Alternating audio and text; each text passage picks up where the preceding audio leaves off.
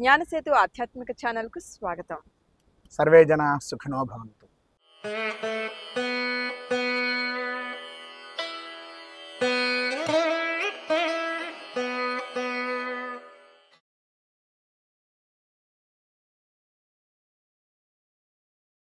ఛానల్ని ఎవరైనా మొదటిసారి చూస్తున్నట్లయితే వీడియోని పూర్తిగా చివరి వరకు చూసి నచ్చితే లైక్ చేసి షేర్ చేయండి, సబ్స్క్రైబ్ చేసుకోండి. పక్కనే ఉన్న బెల్ ఐకాన్ క్లిక్ చేయండి.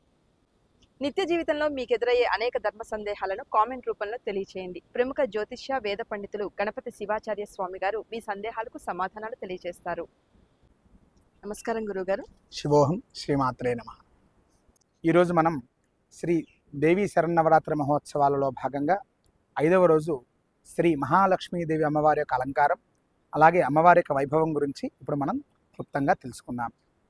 శ్రీ మహాలక్ష్మీదేవి అనగా ఈ యొక్క సముద్ర మథనంలో అమ్మవారు బయటకు వచ్చారని మనకి పురాణాల ద్వారా తెలుస్తూ ఉన్నాయి. అలానే విష్ణుమూర్తికి భార్యగా, ఆ ఇంటి ఇల్లాలుగా అమ్మవారు చక్కదిద్దుకుంటూ ఉన్నారు. అమ్మవారి జననంతో అదృష్టము, ఆశీస్సులు, సమస్త సౌభాగ్యాలు కూడా ప్రాప్తించాయి. మరి అమ్మవారి రూపాలు ఎన్నయ్యా అంటే 8 రూపాలు. అందుకే మనము అష్టలక్ష్మి స్వరూపంగా ఈ యొక్క మహాలక్ష్మి అమ్మవారిని మనం పూజిస్తూ ఉంటాం.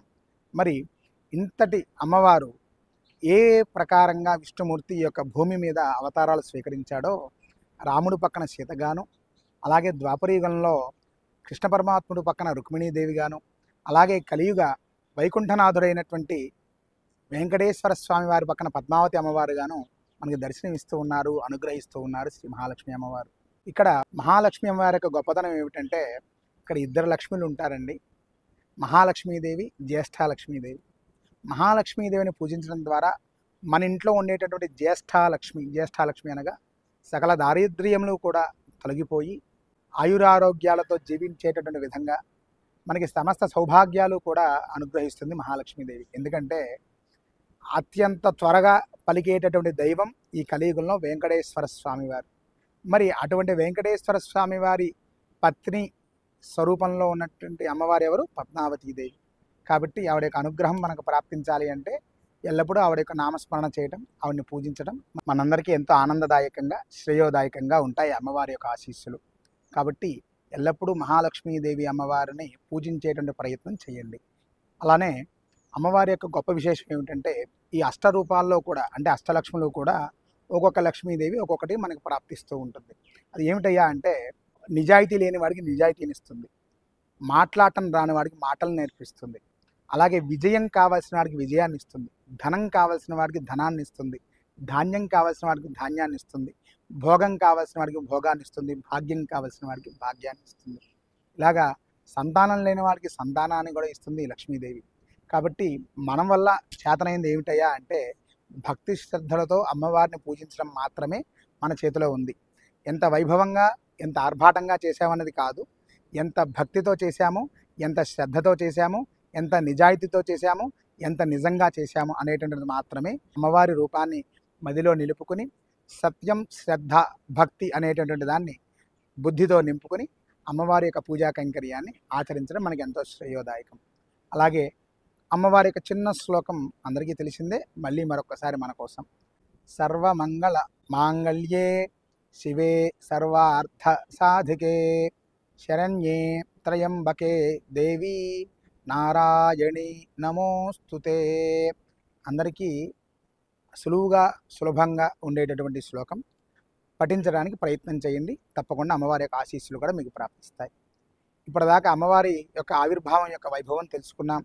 అమ్మవారు విష్ణుమూర్తితో పాటు ఏ అవతారాలు స్వీకరించారో కూడా మనం తెలుసుకున్నాం.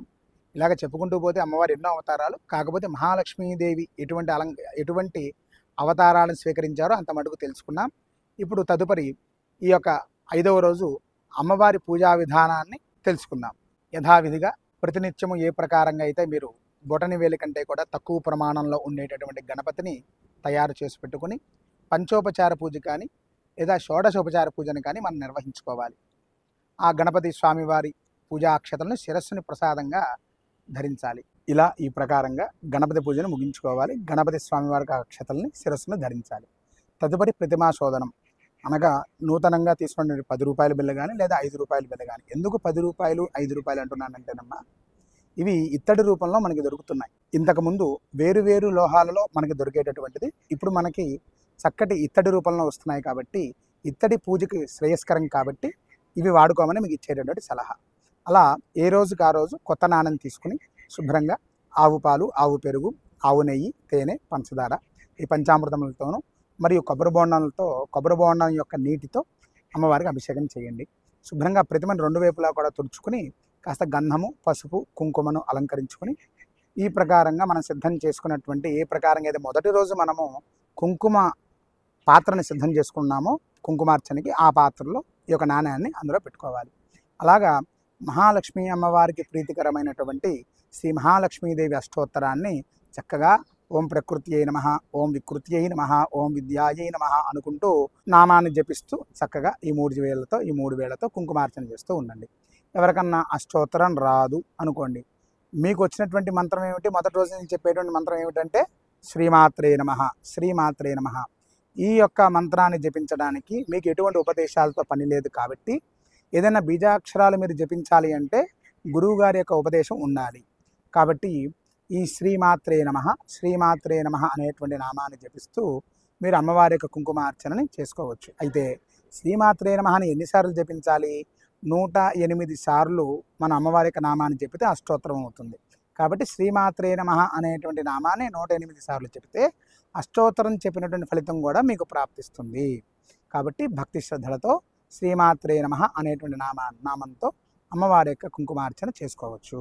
శ్రీ మహాలక్ష్మీదేవి అమ్మవారికి ఇష్టమైనటువంటి రంగు గులాబీ రంగు. గులాబీ రంగుతో ఉన్నటువంటి చీరను అమ్మవారికి సమర్పించండి. అలాగే గులాబీ పూలతో అమ్మవారికి అర్చించండి. అమ్మవారికి తామర పూలతో కానీ లేదా గులాబీ పూలతో కానీ, ఎటువంటి గులాబీలు అంటే నాటు గులాబీలు అనగా సెంటు గులాబీలు అని మన వాడుక భాషలో చెప్తూ ఉంటారు. అమ్మవారికి 108 పూలు తీసుకొచ్చి విశేషంగా చేయడం అద్భుతమైన ఫలితాన్ని ఇస్తుంది. అలాగే లక్ష్మీదేవి అనగా మనకి గుర్తొచ్చేటటువంటి ఆభరణం ఏమిటయ్యా అంటే బంగారం. కాబట్టి కొంతమంది బంగారపు పూలతో కూడా అమ్మవారి అష్టోత్తరాన్ని చెబుతూ పూజించేటటువంటి అలవాటు, ఆనవాయితీ, శ్రద్ధ, ఓపిక, ఆర్థిక బలం అన్నీ ఉన్నటువంటి వారు కొంతమంది ఉన్నారు. కాబట్టి మీరు ఏ ప్రకారంగా అయితే ప్రతి సంవత్సరం మీ ఇంట్లో లక్ష్మీదేవి యొక్క అవతారం రోజు, అలంకరణ రోజు పూజిస్తున్నారో ఆ ప్రకారంగా 108 పుష్పాలతో అమ్మవారికి అర్చించవచ్చు. ఇలా ఈ ప్రకారంగా అర్చించి అమ్మవారికి ధూపాన్ని సమర్పించండి. చక్కగా మంచి భగభగా మండేటువంటి బొగ్గులలో చక్కటి సాంబ్రాన్ని వేసి విసినికరతో విసరండమ్మా. చాలామందికి చేయి అడ్డు పెట్టి మూతితో వచ్చేటువంటి గాలి ద్వారా విసురుతూ ఉంటారు. కాబట్టి అలా చేయకండమ్మా, చాలా తప్పది. ఎడం చేత్తో పాత్ర పట్టుకుని కుడి చేత్తో విసినికర పట్టుకుని ఈ ప్రకారంగా విసురుతూ అమ్మవారికి సాంబ్రాణి గుగ్గులు అనేటటువంటిది సమర్పించండి. అలాగే ఈ అమ్మవారికి ఏ పదార్థం ప్రీతి అంటే క్షీరాన్నం ప్రీతి, అనగా పాలు ఎక్కువ పోసి బియ్యం తక్కువ వేసి యాలుక్కాయలు, జీడిపప్పు, కిస్మిస్ వేసినటువంటి పదార్థాలు అమ్మవారికి బహుప్రీతి.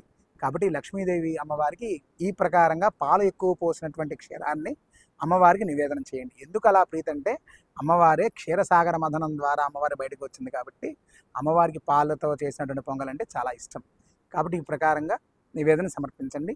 నీరాజన మంత్ర పుష్పాలు ఇచ్చి అమ్మవారికి అభిషేకం చేసినటువంటి తీర్థాన్ని కూడా స్వీకరించి శ్రీ అష్టలక్ష్మి అమ్మవారి కృపకు, శ్రీ మహాలక్ష్మి అమ్మవారి కృపకు పాత్రలు కండి. శ్రీమాత్రే. సర్వే జనా సుఖినో భవంతు. అష్టలక్ష్మి అనుగ్రహ ప్రసాద సిద్ధిరస్తు.